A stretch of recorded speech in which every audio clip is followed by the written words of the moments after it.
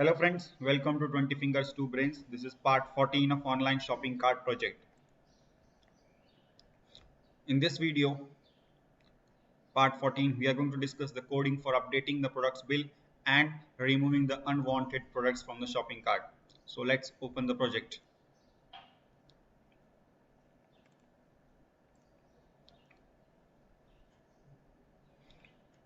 Let's add some products to the shopping cart. Here we have added 3 products to the shopping cart. So here we have the total products 3 and the sum 25,000, 1,000 and 800. We have 26,800 as the total price. Now let's try to update the quantity of this Krishna painting. We set it to 2. So the products are increased by 1 and the total price is also increased by 1,000. So we are going to discuss what happens when user tries to update some value in this text box. Whenever user tries to update some value in the text box, we have this text box in the design mode, and this is having an event on text change. So the on text change events get fired, and that event is notified as tst product quantity underscore text change event. So if you see in the code behind, we have this text change event. So inside this text change event, initially we are getting the text box from the sender object. Then we are getting the current item. The current item specifies the item of the data list on which the user is trying to do some updates or remove from the cart. Then from the current item we get the product ID by using the find control method, and we already discussed, like, we have introduced this HF hidden field product ID, and if you see in the design mode, we have this HF product ID, and that product ID is having a value of the actual product ID. And also we are getting the available stock from the current item. Once we get all these 3 items, we check whether the txt quantity, if it is empty or is equal to 0 or is equal to 1. If the value in this text box is empty, 0 or 1, then we are setting the value as 1 because the default value itself is 1. Then if it is empty, 0 or 1, then we don't need to do any action. We don't need to update the bill. We simply keep the value as 1. In the else condition, we check. In the else condition, we check whether the session is empty or null or not. If it is not equal to null, that means the user has added some products to the shopping cart. Then then we check the quantity which the user is trying to add. For example, here the available stock is 8, and if I add 9, then I should get a message, alert, product buyout should not be more than the available stock. I'm getting this alert over here. So first, then we check if the quantity, we have already got the text box, if the text of that text box is less than or equal to the available stock, then we are good. Then we have to go inside this part. If it is not less than, if it is greater than, then we change the text quantity to 1 and display the alert message, product buyout should not be more than available stock. We have got this message in this case. Suppose we again enter 9. So when I am coming out of this text box, it is automatically getting changed to 1 because of the else part. So let's see what we do in the if part. In the if part, we convert the entire session into a data table. Then from that data table, we select a particular row for that same product ID. We have already discussed how we are adding the values in the shopping cart, and that way, that from that data table we only select the row for that product ID. For example, here the product ID is 1, so we will get and select only that row related to that product ID. Then what we do, we find the index at what row number does the details of the product ID 1 exist. Then we change the product quantity, because what the user has done, the user is trying to update some value. For example, here I enter 4, so the total products and the bill is automatically getting increased. So what I do is I change the product quantity of that particular product in the data table, and finally I again add that data table inside the session object. So for that particular product, the session object product quantity is increased and it is replaced. How we are replacing? We are putting the value from the text box inside the data table, and again that data table we are assigning to the session. So after once all this is done, we are calling the update total bill.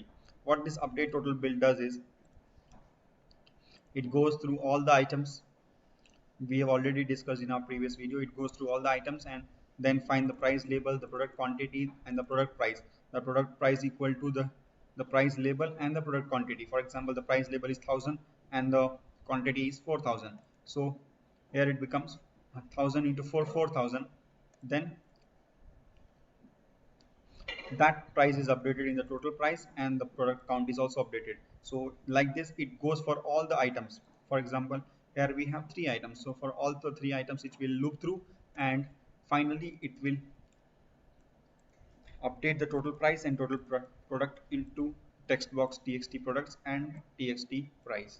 So in this way we are updating the products total bill.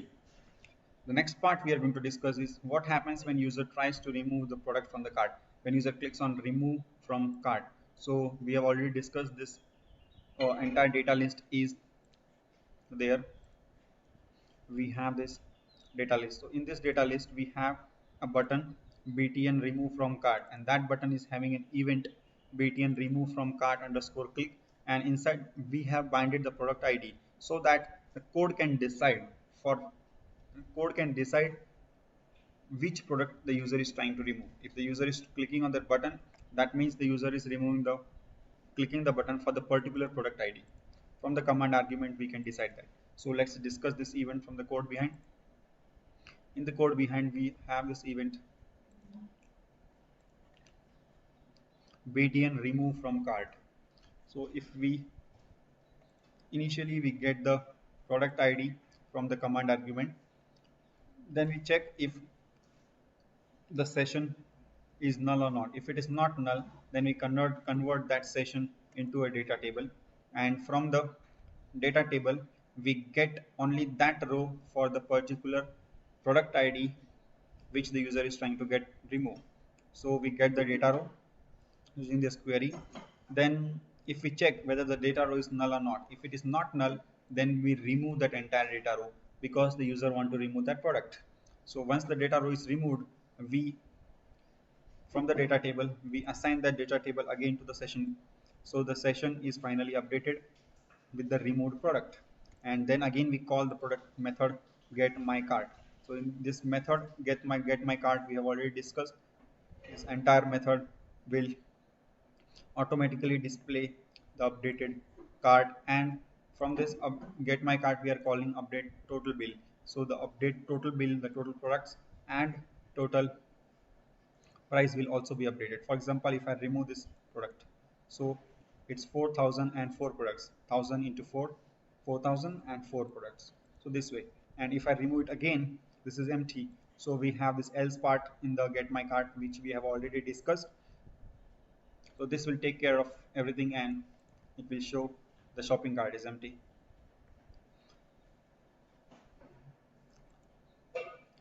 So let's put a breakpoint and debug this.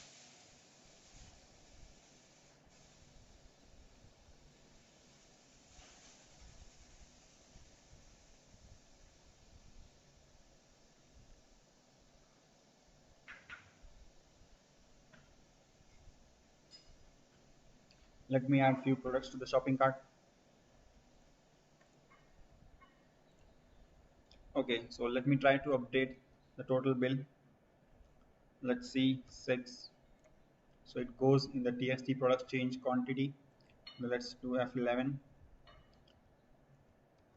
So if you see, we have got the available stock as 8, the product ID, the current item, and here we can check what is the quantity. The text is 6, so it will not go in the if part, it will go in the else part.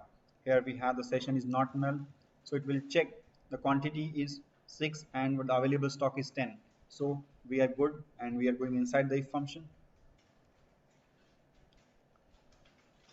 So if we see from the session, we can make out like these are the products which are added to the shopping cart. The product ID is 1, 3, and 5. So the product ID which the user is trying to change is 3. So what I get is we get the row number is the row number is 7. So here we get the row, and from that row we find the index. The index is 1. So the product ID what we see is the product ID what we see is the product ID what we see is 3, and for that product ID 3 we see the index as 1 because it starts from 0, 0, 1, and 2. So the product ID 3, the index is 1, and so for that data row, for DT row 1 product quantity we are changing with the new number 6, and we are updating in the session. So if we see this table after updation, we see that the product quantity is updated by 6. So once it is updated by 6, it will go and call the update bill. So update bill what will do is it will loop through 3 times, and it will update everything. So the text, total bill, and the total products, everything is increased. When we click on remove from cart, we have a method here. It is getting removed from cart.